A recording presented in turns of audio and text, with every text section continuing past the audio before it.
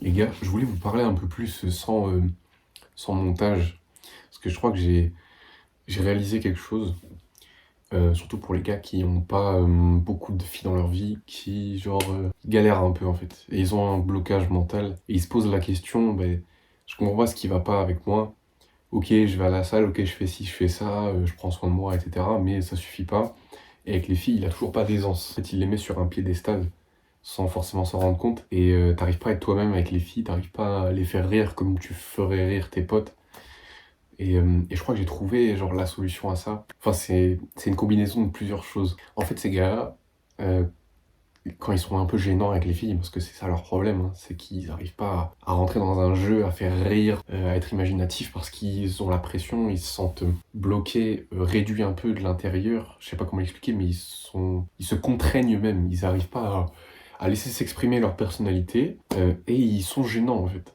Ils sont gênants et ça c'est dû à plusieurs choses, donc je vais expliquer ça.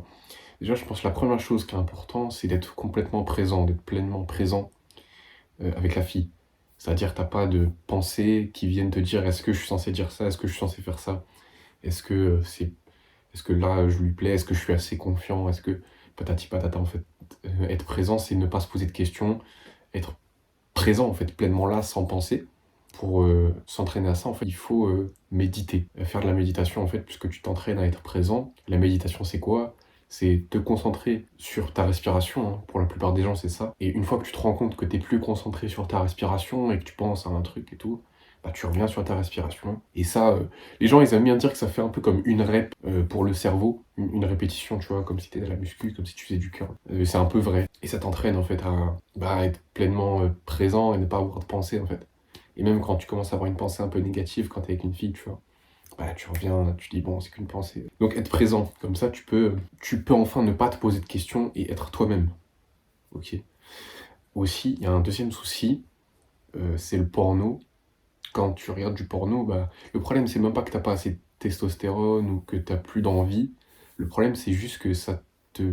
Je sais que ça a été montré et je crois que ça s'appelle The Social Awkwardness et c'est la conséquence du porno. C'est t'es gênant en fait. T'es super gênant dans les situations où il y a du monde. Et je sais pas pourquoi ni comment le porno fait ça. Je sais que ça a un lien avec la zone, avec le cortex préfrontal de ton cerveau qui est responsable de la discipline, de la compréhension des normes sociales. Je sais que le porno atrophie cette zone de ton cerveau, mais je sais pas exactement pourquoi te dire ça te rend gênant. Mais le porno te rend gênant en fait. Je pense que c'est parce que tu t'habitues à être l'observateur de quelque chose dans ta tête, t'étais dans ta tête, tu regardes faire, tu ne fais pas. T'es plus celui qui prend part à l'action. Tu te laisses faire, tu te laisses dominer, entre guillemets, tu vois. Et ça se voit du coup avec les filles, en fait. T'as pas un bon comportement, t'es pas très avenant, t'es gênant, voilà. Donc, une fois que t'as réglé, en fait, ces deux trucs-là, donc une fois que tu médites pendant un certain temps et que t'as enfin arrêté le porno, bah c'est bon, en fait. Genre, avec le temps, t'auras plus de problème. Et ce qui va déterminer la rapidité euh, de tes progrès, ça va être l'expérience. Une fois que tu as arrêté le porno et que tu médites, voilà, tous les jours, hein, à peu près, tu fais 5 à 10 minutes. Quand tu commences, après tu peux pousser 15-20 minutes. Tu as juste à accumuler de l'expérience, hein. Après, tu vas devenir naturellement bon. Tu vois, il n'y a pas de raison. Il y a pas de raison que tu sois nul.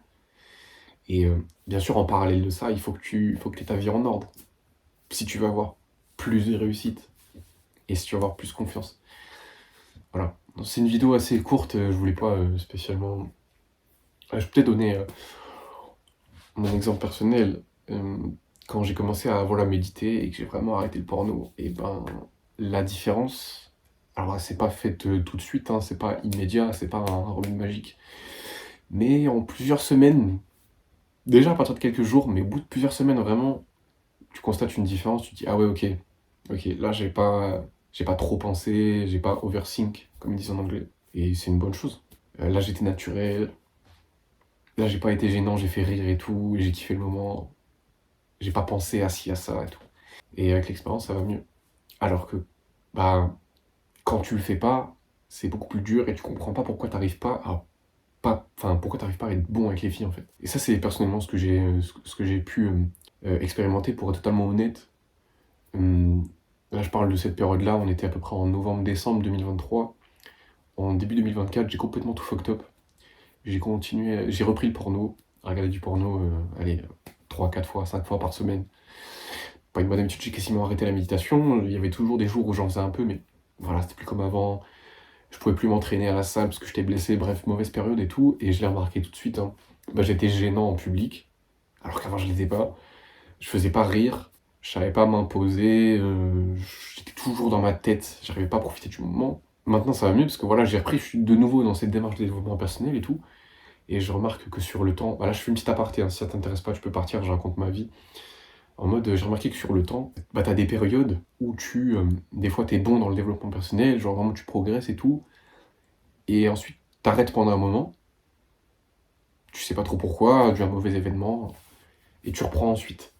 Et il y a plein de cycles comme ça, et moi, j'ai remarqué personnellement pour mon cas, que j'ai toujours des cycles comme ça, mais j'ai une tendance dans ces cycles à, quand je fais du développement personnel à fond, bah, ce cycle s'allonge, c'est-à-dire que ça dure de plus en plus longtemps, je progresse de plus en plus. Et quand bah, je reviens sur toutes mes habitudes un peu merdiques, et bah, cette période diminue et je vais de moins en moins bas dans la merde. Je sais pas si c'est compréhensible, mais enfin bon, voilà. Et c'est bien, ouais, ça donne un espoir. Il faut pas abandonner, même si on a des mauvaises habitudes, et si on médite pas encore tous les jours, et si on continue un peu le porno, parce qu'on n'arrive pas à arrêter, et bah c'est pas grave. L'important c'est d'être dans la démarche, puisque avec le temps tu trouveras naturellement des moyens d'y arriver tout seul. Que ça te prenne 2 semaines, ou que ça te prenne 2 ans, ou 20 ans, bah tu finiras par y arriver en fait. Donc faut persévérer.